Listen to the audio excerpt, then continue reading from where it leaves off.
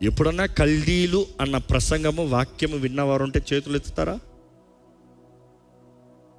Hardly any people, not even 1%. కల్దీలు అన్నవారు హిస్టరీలో చూసినప్పుడు మనం గమనించవచ్చు, ఒక గ్రూప్ ఆఫ్ హంటర్స్, వారు కేవలం వేటాడేవారు. ఒక గ్రూప్ ఆఫ్ క్రూరల్, ఏమాత్రం దయాదాక్షిణము లేని క్రూరమైన వేటాడేవారంట.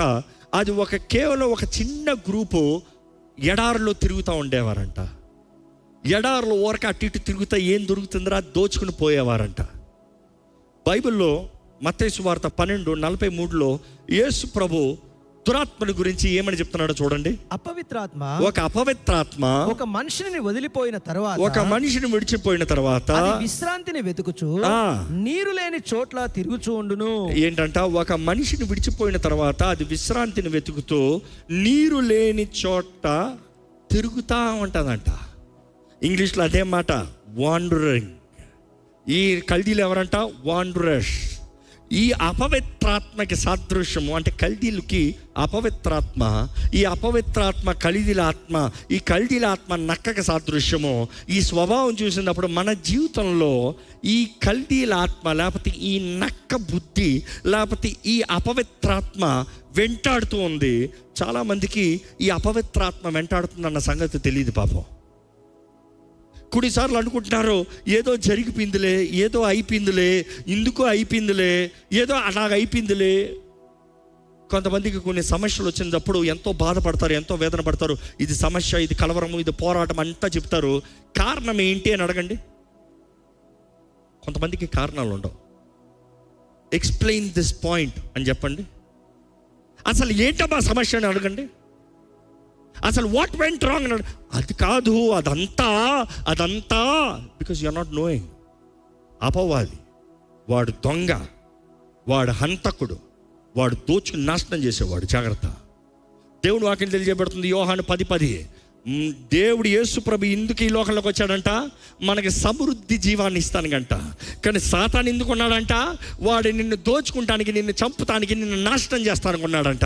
ఈ మాట వినేటప్పుడు జ్ఞాపకం చేసుకోవాలి. ఈ కల్దీల ఆత్మ గురించి చెప్పినప్పుడు దేవుడు అపోస్తల కార్యాలు 13:40 చదువుదామా. పౌలు అక్కడ సువార్తను ప్రకటించిన తర్వాత ఆయన అంటున్నాడు, ఏంటి ఈ మాట జ్ఞాపకం చేస్తున్నాడు. ఏ మాట జ్ఞాపకం చేస్తున్నాడు? 13:40. ప్రవక్తల గ్రంథమందు చెప్పబడినది, ప్రవక్తల గ్రంథం మందు చెప్పినది మీ మీదికి రాకుండా చూచుకొనుడి. అదేమనగా ప్రవక్తలు ముందుగా ఏదైతే ప్రవచించారో అది మీ మీదకి రాకుండా చూసుకోండి. అంటే వచ్చే అవకాశం ఉంది. ఎవరితో మాట్లాడుతున్నాడు? అక్కడ రక్షించబడిన వారితో మాట్లాడుతున్నాడు. అక్కడ సంఘంతో మాట్లాడుతున్నాడు. క్రీస్తు రక్తంలో కడగబడ్డానన్న వారితో మాట్లాడుతున్నాడు. జాగ్రత్త, ప్రవక్తల ముందు చెప్పింది మీ మీదకి రాకుండా చూసుకోండి. ఏంటంట?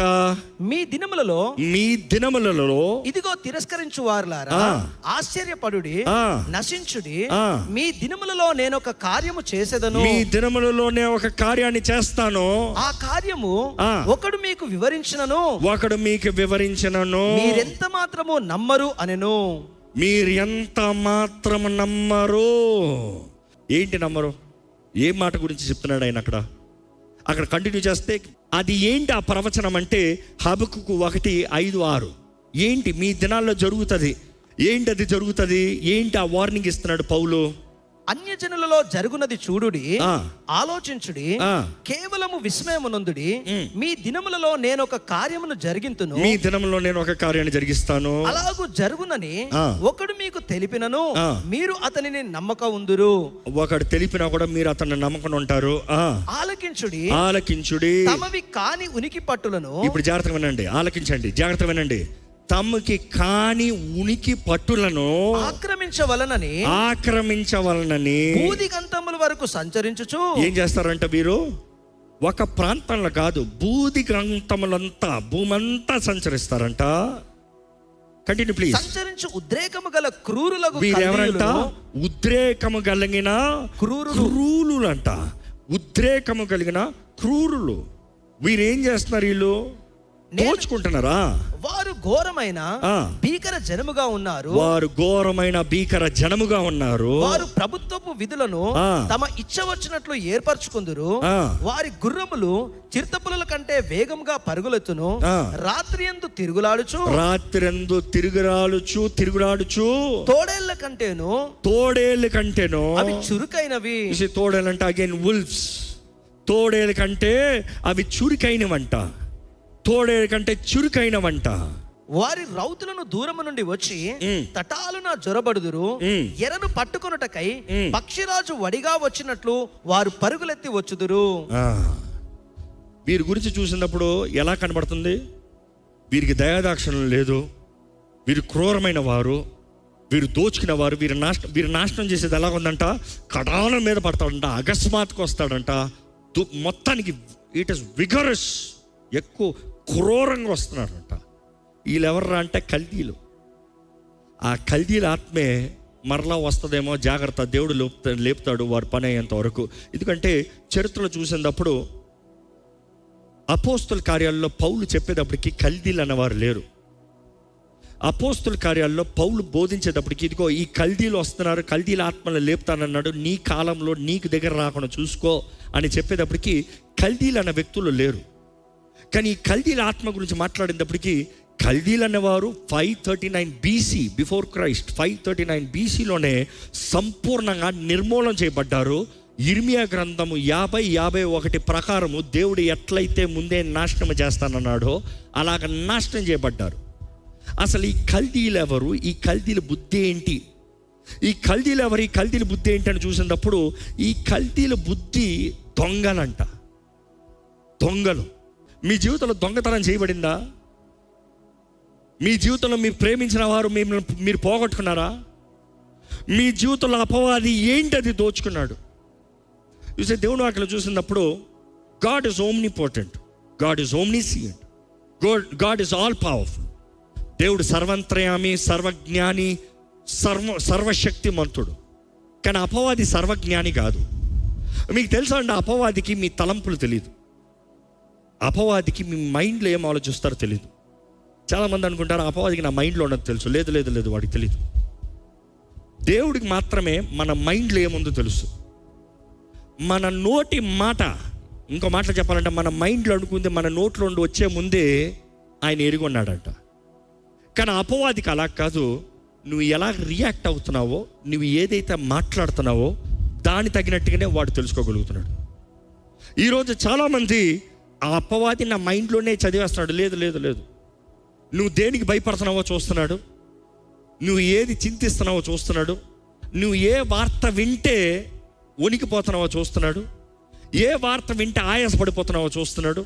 వాడు ఎట్లయితే నీకు శాంపిల్స్ ఎప్పుడన్నా ఈ అలర్జీ టెస్టులు చేసినప్పుడు మీరు చూస్తే బాడీ మీద మల్టిపుల్ డాట్స్కి వేస్తారు మల్టిపుల్ కెమికల్స్. తర్వాత చూస్తారు ఏది రియాక్ట్ అవుతుందో అది నీ బాడీలో అలర్జీ అని. అపవాది కూడా మనకు అన్ని శాంపిల్ వేస్తాడంట. ఇటొకటి అట్టొకటి, ఇదొక సమస్య, అదొక సమస్య, ఇదొక పోరాటం, అదొక పోరాటం, నీకు భయాలు కలిగించి ఎందులో అయితే నువ్వు లొంగుతున్నావో దాన్ని టార్గెట్ చేస్తాడంట. అందుకని దేవుని వాక్యం ప్రకారం చూసినప్పుడు దేని విషయమై చింతించొద్దు. ఎందుకంటే నువ్వు ఏదైతే చింతిస్తున్నావో అది వాడికి అవకాశం ఇస్తున్నావో వాడు అదే విషయంలో నేను ఎక్కువ దాడి చేస్తానికి. దేని విషయంలో చింతించద్దు, కానీ దేవునికి కృతజ్ఞతాస్తుతులు తెలియజేస్తూ మన విన్నపములు తెలియజేయమని ఉంది. ఇక మాటలు చెప్పాలంటే దేవుని స్తుతిస్తా ఉన్నావు అనుకో, అపవాది అనుకుంటాడు ఏంట్రా నేను ఈ శాంపుల్ పెడతా, ఈ కలవరాన్ని పెడతా, వాడు భయపడతలేదు, వాడు దేవుని స్తుతిస్తున్నాడు అంటే ఇది వాడికి పనిచేయదేమో. కానీ చాలామంది అలాగలేరు. ప్రతి చిన్నదానికి భయమే, ప్రతి చిన్నదానికి ఆందోళనే. అందుకనే వాడు టార్గెట్ వేసి ఇది లేకపోతే నువ్వు బ్రతకలేవా, ఇది కాకపోతే నువ్వు చేయలేవా, ఇది కాకపోతే నీ జీవితం లేదా, ఇది లేకపోతే దేవుని విడిచిపెడతావా, అయితే అదే తెస్తా. ఎప్పుడన్నా మీ జీవితంలో ఏదో కోల్పోయారు కాబట్టి దేవుని విడిచిపెట్టారా? విడిచిపెట్టిన వారు చూసారా? మీరు విడిచిపెడతలేదు, అందుకని ఇక్కడ ఉన్నారు. నేను విన్నాను ఒక వ్యక్తి దేవుడు ఎంతో దీవించాడు, ఎంతో హెచ్చించాడు, ఎంతో ఆశీర్వదించాడు. కానీ ఆ వ్యక్తి ప్రార్థన చేశాడంట, మా అమ్మ బ్రతకాలి, వృద్ధాప్యంలో మరణ పడకలో ఉన్న ఆ తల్లి బ్రతకాలని ప్రార్థన చేశాడంట, ఉపవాసం ఉన్నాడంట. కానీ తల్లి మరణించిందంట. మరణించిన తర్వాత ఆ వ్యక్తి ఏం చేశాడు తెలుసా? దేవుడే లేడుపా అని చెప్పి తిని తాగి విచ్చలవిడి జీవితాన్ని జీవిస్తాం ప్రారంభించాడు. ఎందుకు? తన ప్రార్థనకి ఏదో జవాబు రాలేదని, వృద్ధాపమునందున్న మరణ పడకలో ఉన్న ఆ తల్లి బ్రతకలేదని, దేవుడే లేడని అస్తాం. ఎవరు ఆనందిస్తారు, ఎవరు బాధపడతారు? దేవుడు బాధపడుతున్నాడు, అపవాది ఆనందిస్తున్నాడు. ఈరోజు మిమ్మల్ని అడుగుతున్నానండి, మీ జీవితాన్ని బట్టి దేవుడు ఆనందం కలుగుతున్నాడా, అపవాది ఆనందం కలుగుతున్నాడా? అపవాదిని సంతోషపెట్టే వారికి ఉన్నామా, దేవుడిని గణపరిచే వారికి ఉన్నామా? బైబిల్లో చూసినప్పుడు మనం గమనించవచ్చు, ఈ కల్దీలో మొదటగా చూస్తే వీరు దొంగలంట. వీరు దొంగలు, వీరు దోచుకున్న వారు, వారికి కానిది వారు ఆక్రమించేవారు. ఈ కల్దీల గురించి ఇంత చెప్తూ వచ్చాను. వీరు కేవలం ఒక చిన్న ప్రజలుగా ఉండేవారు. వారిది కేవలం చిన్న ప్రాంతంగా ఉండేది. వారి ఎడారిలో తిరుగుతూ వచ్చేవారు. కానీ అలాంటి వారు దానియేలు గ్రంథం 1వ అధ్యాయంకి వచ్చేటప్పటికి ఎంతో పెద్ద గొప్ప సైన్యంగా మారారు, గొప్ప వ్యక్తులుగా మారారు. చిన్న గ్రూపు ప్రపంచాన్ని ఏలేవారిగా మారారు. కల్దీల్లో ఒక వ్యక్తి గురించి చెప్పాలంటే మీ అందరికి బాగానే తెలిసి ఉంటుంది, నెబుకద్నెజర్. నెబుకద్నెజర్ ఎవరు రాజు? కల్దీల రాజు. నెబుకద్నెజర్ ఏ ప్రాంతంలో ఉన్నాడు? బబులోన్లో ఉన్నాడు. బబులోన్లో ఏలింది ఎవరు? కల్దీలు. అసలు కల్దీలు ఎడారులు ఉండేవారు, చిన్న ప్రాంతంలో ఉండేవారు. బబులోన్ లాంటి మహాపట్టణాన్ని ఎలాగ ఏలేదు? ఇది అర్థం చేసుకోవాలి. దానియేలు గ్రంథం 1వ అధ్యాయంకి వచ్చేటప్పటికి మనం గమనించవచ్చు, అక్కడ దానియేలు గ్రంథం 1వ అధ్యాయంకి వచ్చేటప్పుడు ఈ కల్దీలో దైవ జనము లేకపోతే దైవ ప్రజల్ని దోచుకున్నారంట. అందులో తలాంతులు కలిగిన వారు, అందగాళ్ళు, ఇంకా లోపము లేనివారు, సకల విద్యా ప్రవీణతయు, రాజవంశములో ముఖ్యులను, జ్ఞానమును కలిగిన వారును, తత్వజ్ఞానము తెలిసిన వారు, సౌందర్యము కలిగిన వారు, ఇంకా ఇలాంటి వారు. చెత్త ఎవరైనా ఉన్నారా? ఈ మాట ఎందుకు చదివిస్తున్నానంటే, అపవాది కూడా నీ జీవితంలో దోచుకుంటాం, వేస్ట్ తీసుకోడు, బెస్ట్ తీసుకుంటాడు. He will steal the best what is valuable. ఈరోజు కూడా అపవాది దోచుకున్నది అదే. పనికిరానోడిని కాదు, పనికొచ్చేవాడిని. ఏది తెలియనోడు కాదు, అన్నీ తెలిసినోడిని. ఈరోజు చూడండి, క్రైస్తవ సంఘంలో కూడా బాధకరమైన విషయం ఒకటి చెప్తాను. ఈరోజు లోకంలో ఫేమస్ మ్యూజిషియన్స్ ఎవరు? మేజర్ క్రైస్తవులే. పోయి అడుగు, ఎక్కడ ప్రారంభించాను అడుగు. చర్చిలో ప్రారంభించా. చర్చిలో ప్రారంభించినోడు, చర్చిలో వాయించినోడు ఎక్కడ వాయిస్తున్నాడు? ఇప్పుడు లోకల్ వాయిస్తాడు. చర్చికి రాడు. చర్చికి రావాలంటే పెద్ద విఐపి హోస్ట్ చేయాలి, పెద్ద అలంకరించి, పెద్ద డాబు కొట్టాలి, పెద్ద వచ్చాడు రా భక్తుడు. చూసి అపవాది దోచుకునేది దైవ జనముని, విలువైన వారిని, హూ హ్యావ్ బ్రైట్ ఫ్యూచర్. ఈరోజు ఎంతోమంది ఇక్కడ ఉన్నారో లేరో, లేకపోతే మీ వారు తప్పిపోయారో, మీరు ప్రార్థన చేయవలసిన బాధ్యత ఉంది. ఇక్కడ ఉన్న తల్లిదండ్రులను అడుగుతున్నాను, మీ బిడ్డలు ఎక్కడున్నారు? దేవుని సన్నిధిలో ఉన్నారా? లోకంలో ఉన్నారా? ఈరోజు మనుషుడు ఎక్కడున్నాడు చూడండి. దేవుడి దగ్గర టైం లేదు, లోకంలో టైం ఉంది. ఉద్యోగంలో టైం ఉంది, పని వ్యాపారంలో టైం ఉంది. దేవుడి దగ్గర టైం లేదు. మొన్న ఈ మధ్య ఒక వ్యక్తిని కలిసాను. నేను జిమ్లో కలుస్తూ ఒక వ్యక్తి, మీరు రాజ్ ప్రకాష్ పాల్? Yes, I am Raj Prakash Paul. ఆ వ్యక్తిని మీట్ చేసిన తర్వాత ఆ వ్యక్తి నాకు ఐఎమ్ రిచ్, నాకు అది ఉంది, నాకు ఇది ఉంది, నాకు ఇంత ధనం ఉంది, నాకు ఇంత కడతానే ఉన్నాడు. ఓకే డన్, ఇంటనే ఉన్నా. సడన్గా ఒక డైలాగ్ కొట్టాడు, మా నాన్నగారు కూడా పాస్టర్ గారు. ఓకే, ఎందుకంటే నిన్ను చూస్తే, నీ అవతారం చూస్తే, నీ మాట తీరు చూస్తే ఎక్కడ ఆ లైన్లో ఉన్నట్టు లేవు. నేను వెంటనే అడిగాను, అంటే మీరు సేవలో ఉన్నారని అడిగాను. లేదు లేదు లేదు, నేను బిజినెస్లో బిజీగా ఉన్నాను, సేవ అంటే నేను చేయట్లేదు. మా ఆవిడ మాత్రం కొంచెం భక్తి ఉంది.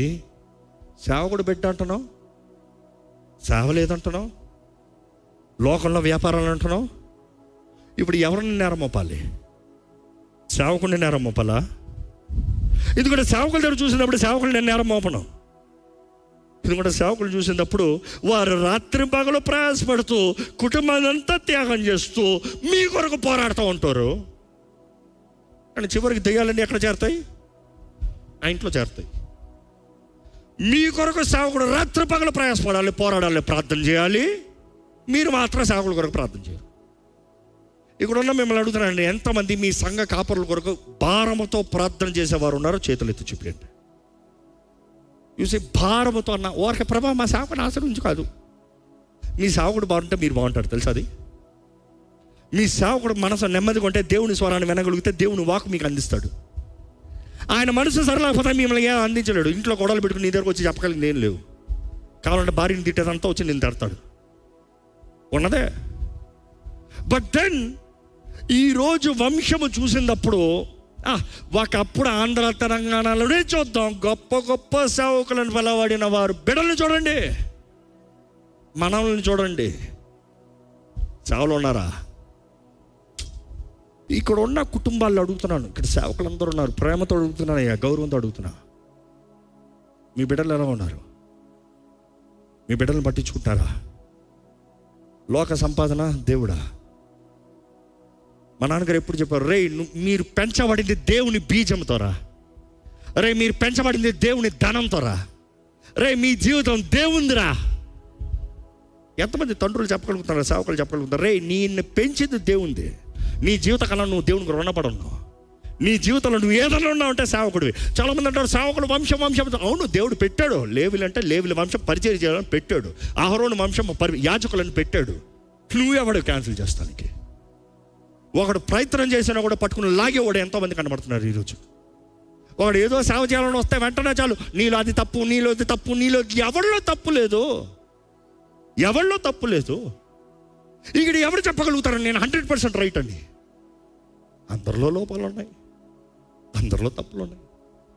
కానీ ఆయన కృప కదా, ఆయన పిలుపు బట్టి కదా, పిలుచుకున్న దేవుడు నమ్మదగిన దేవుడు కదా.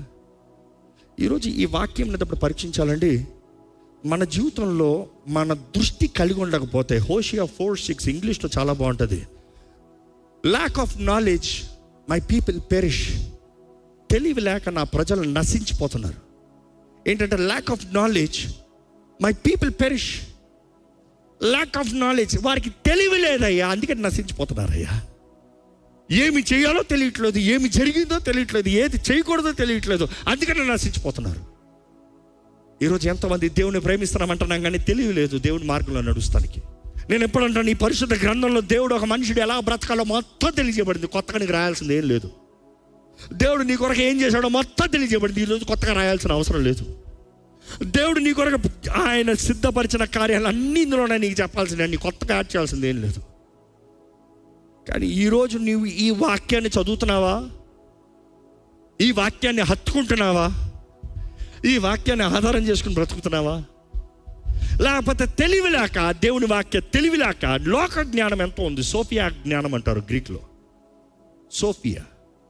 ఇది తెగ ఉంటుంది. అడగండి, లోకంలో ఏం జరుగుతుందో చెప్పు, లోకంలో ఏం జరుగుతుందో చెప్పు, లోకంలో ఏం జరుగుతుందో చెప్పు. ఇందా చెప్తూ వచ్చాను, ఒక సేవకుడు కుమారుడు తన అవతారం చూసినప్పుడు, నాకు ఆయన మాట తీరు చూసినప్పుడు నాకు ఆశ్చర్యపోయాడు. ఆ వ్యక్తి ఏం చేస్తున్నాడు రా అంటే, సినిమా పాటలు పాడుకుంటూ, క్లబ్బుల్లో డ్యాన్స్లు వేసుకుంటూ, మీకు ఎట్లా అండి తెలుసు అంటారా? ఆ వ్యక్తి, బ్రదర్ మీ నెంబర్ ఏంటి చెప్పండి, మీ నెంబర్ ఏంటి చెప్పండి, నీ నెంబర్ ఏంటి చెప్పాను, నెంబర్ ఇచ్చాను, దా తీసుకోదా, చర్చికి రాయా రేపు మార్నింగ్ అన్నాను.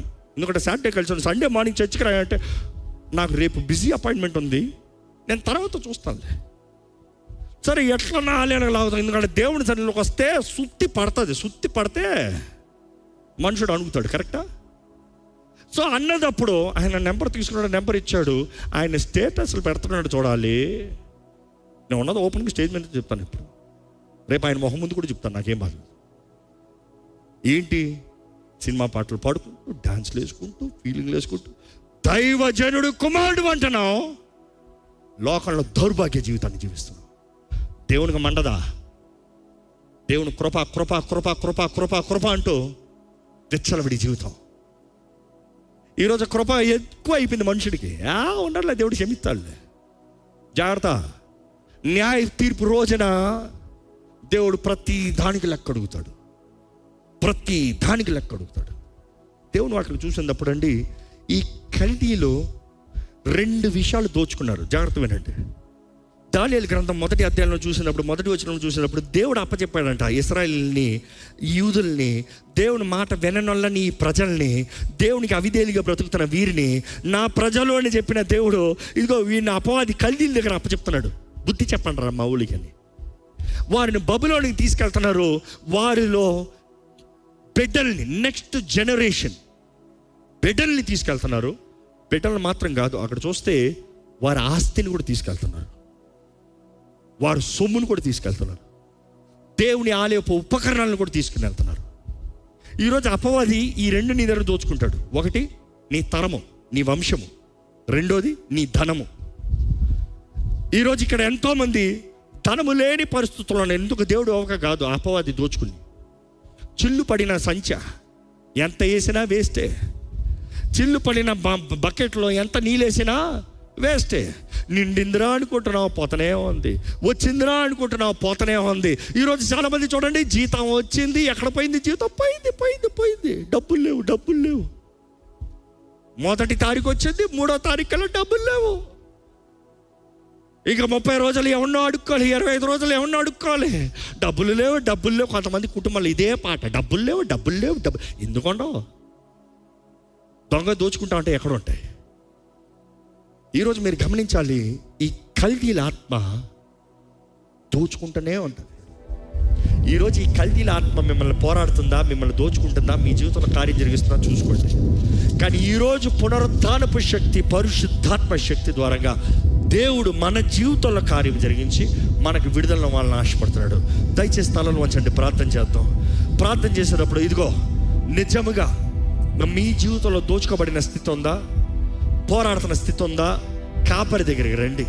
నీ కాపరి మంచి కాపరి, నీ కాపరి నిన్ను విడువని కాపరి, నీ కాపరి నిన్ను బలపరిచే కాపరి, నీ కాపరి నీ జీవితంలో మేలు చేసే కాపరి, నీ కాపరి నీకు జయాన్నిచ్చే కాపరి, నీ కాపరి నీ పక్షాన పోరాడే కాపరి. నీ విషయంలో ఏ మాత్రం కాంప్రమైజ్ అవ్వడు దేవుడు. He's for you. నీ పక్షాన ఉండేవాడు, నీ కొరకు ఉండేవాడు, నీకు జయాన్నిచ్చేవాడు. చెప్పండి, ప్రభా నీ రెక్కల చాటులో నన్ను దాచుంచయ్యా, నీ నీడలో నన్ను ఉంచు ప్రభా, నీ సాక్షిగా నన్ను నిలబెట్టు ప్రభా, నీ సొత్తుగా నేను బ్రతుకుతానయ్యా, నేను నీ వాడుని, నీ దానిని. చెప్పండి, దేవుడితో చెప్పండి, ఐఎమ్ యోర్స్ లార్డ్. దేవుని వాక్యంలో తెలియజేయబడుతుందండి, లోక స్నేహము దేవునితో వైరము. లోకం కాదు, దేవునితో. చెప్పండి, దేవా నాకు నువ్వు కావాలయ్యా, నీ స్నేహం కావాలయ్యా, నీ సహవాసం కావాలి ప్రభా, నీతోనే నేను బ్రతుకుతాను, నీ రాజ్యం కొరకు నేను బ్రతుకుతాను రాజా. చెప్పండి, ధైర్యంగా చెప్పండి. ఈ సమయంలో ప్రార్థన చేసేటప్పుడు ప్రతి ఒక్కరు ప్రార్థనలు ఏకమిద్దామా?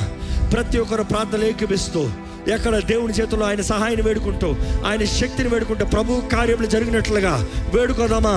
ఈ సమయంలో ప్రార్థనలు అందరూ ఏకమించాలి. పరిశుద్ధ, ఇదిగోనయ్యా నీ సన్నిధిలోకి వస్తున్నామయ్యా, నీ పాదాల దగ్గరకు వస్తున్నానయ్యా, నీ ఆత్మ కార్యము జరగాలని వేడుకుంటున్నానయ్యా. ఇక్కడ ఉన్న ప్రతి ఒక్కరిని చూడు, ప్రతి స్థితిని చూడు, ప్రతి బంధకాన్ని చూడు, దోచుకోబడిన పరిస్థితుల్లో ఉన్న వారిని చూడు, మోసపరచబడిన పరిస్థితుల్లో ఉన్న వారిని చూడు, దేవా సమాధానం లేని పరిస్థితుల్లో ఉన్న వారిని చూడు, అపవాది నాశనము చేస్తున్న కార్యాలను చూడు ప్రభా. నీకు అసాధ్యమైంది ఏది లేదయ్యా. ప్రతి స్థితిగతులను మార్చగలిగిన దేవుడు నీవే, ప్రతి జీవితాన్ని చూచుతున్న దేవుడు నీవే, ప్రతి కుటుంబాన్ని కట్టే దేవుడు నీవే. యెహోవా ఇల్లు కట్టించిన ఎడల కట్టువాని ప్రయాస వ్యర్థమని నీ వాక్యాలు తెలియజేశావు ప్రభా. దేవా ఇదిగోనయ్యా నీవు కార్యము జరిగించు ప్రభా. ఇదిగోనయ్యా జ్ఞానవంతురాలు ఇల్లు కడతానన్నావు, ఇక్కడ ఉన్న ప్రతి భార్యకి కావాల్సిన జ్ఞానం దయచే, ప్రతి స్త్రీకి కావాల్సిన జ్ఞానం దయచే. దేవా ప్రతి పురుషుడు క్రీస్తు సంఘాన్ని ప్రేమించేవారుగా అయ్యా, తన రక్తముతో కడిగి అయ్యా మలుచుకున్న రీతిగా, పరిశుద్ధపరచుకున్న రీతిగా దేవా ప్రతి భర్త ప్రేమతో క్షమాపణతో మలిచే అయ్యా, కట్టే బాగు చేసే వ్యక్తి కొట్టడానికి సాయం చేయ ప్రభా. క్రీస్తు అనే బండ పైన సంఘము కట్టబడుతుంది కదా ప్రభా. దేవా దానికి సాదృశ్యం ప్రతి భర్త పునాదిగా కింద ఉండాలి కదా ప్రభా, దానిపైనే స్త్రీ కడతది కదా ప్రభా. దేవా ఇదిగోనయ్యా నీ వాక్యం తగినట్టుగా కట్టబడే జీవితాలు దయచే ప్రభా, సమాధానకరమైన జీవితాలు దయచే ప్రభా. దేవా ఇక్కడ ఉన్న ప్రతి ఒక్కరి జీవితంలో విడుదలను దయచే ప్రభా, జయము దయచేయ్యా. దేవా ఏ కుటుంబంలో అయితే విఫలమైన పరిస్థితులు ఉన్నాయో చూడు ప్రభా, చూడయ్యా. ఇప్పుడే ప్రతి గొట్టనక్కల్ని, ప్రతి తోడేల్ని నాజరేయుడైన యేసు నామములో పారదోల్చున్నామని ప్రకటిస్తున్నాం. దేవా స్వతంత్రత దయచే, జయము దయచే, విడుదల దయచే. నీ ఆ సమాధానకరమైన కార్యాలు కలిగిజేయ ప్రభా, స్వేచ్ఛను దయచే ప్రభా, నీ కృపను అనుగ్రహించు ప్రభా. దేవా ఇక్కడ ఉన్న ప్రతి జీవితంలో నీ ఆశీర్వాదాలు చూడాలి, నిజమైన ఆశీర్వాదములు చూడాలి. కనికరము చూపించే దేవుడు నీవయ్యా. కనికరము చూపించని ఆ శత్రు దగ్గర నుండి మమ్మల్ని తప్పించమని పెడుకుంటానయ్యా. అయ్యా విషము మాలో ఉండనవద్దు, క్షమించరాని మనసు మాలో ఉండనవద్దు అయ్యా. ఈ లోకంలో ఈ కన్నింగ్ నేచర్లో ఉన్న ఈ తోడేలు స్వభావం నుండి మమ్మల్ని తప్పించు ప్రభా. దేవా శుద్ధ హృదయము. నీవు చెప్పావయ్యా, నీ వాక్యలు చెప్పావయ్యా, ఇదిగో లోకంలో తోడేల మధ్యలో గొర్రెలుగా మిమ్మల్ని పంపిస్తున్నానని. తోడేల మధ్యలో గొర్రెలుగా మిమ్మల్ని పంపిస్తున్నాను. పావురముల వలె అయ్యా పరిశుద్ధంగా ఉండమన్నావయ్యా. సర్పము వలె జ్ఞానము కలిగి ఉండమన్నావు ప్రభా. ఇదిగోనయ్యా, మాకు కావాల్సిన జ్ఞానము దయచేయి, మాకు కావాల్సిన పరిశుద్ధత దయచేయి దేవా, మాలో పవిత్రత దయచేయి, శుద్ధ మనసాక్షి దయచేయి ప్రభా. ఈరోజు ఈ వాక్యము విత్తించడగా ప్రతి హృదయంలో నీ కార్యమును జరిగించు, ప్రతి మనసుని నీవు సరిదిద్దు, ప్రతి జీవితంలో కావాల్సిన దృష్టి దయచే అయ్యా. తగ్గించుకునే మనసు, దీన స్వభావం, నీకు అంగీకారమైన హృదయాన్ని దయచే ప్రభా. ఇదిగో ప్రభా, చూడయ్యా, ప్రతి జీవితాన్ని చూడు, నీతో సరిగా ఉండే వారిగా ఉండాలయ్యా. నీతో నీ సమాధానం కలిగిన వారికి ఉండాలి ప్రభా. నీ సమాధానం కలిగి జీవించాలి. నువ్వు అనుగ్రహించే సమాధానాన్ని పొందుకుని బ్రతకాలయ్యా. నీ సమాధానము మాలో లేకపోతే మాకు సమాధానం ఉండదు కదా ప్రభా. దేవా, మాతో మేము సమాధాన పడిన వారిగా, నీవు మా పాపాలని ఒప్పుకున్న పాపాలని క్షమించావనే విశ్వాసముతో క్షమించబడిన జీవితములుగా బ్రతికేవారుగా మమ్మల్ని చేయ్యా. చేసిన పాపమే చేస్తూ అయ్యా, నీకు విరోధులుగా, నీకు శత్రుగా మమ్మల్ని మారనవద్దు ప్రభా. దేవా, హృదయ శుద్ధిని కాపాడుకునే వారుగా, మాకు అనుగ్రహించబడిన రక్షణని భయంతో జాగ్రత్త కొనసాగించేవారుగా, నీకు ఇష్టలైన సాక్షులుగా జీవించే కృపను దయచేయమని అడుగుకుంటాను ప్రభా.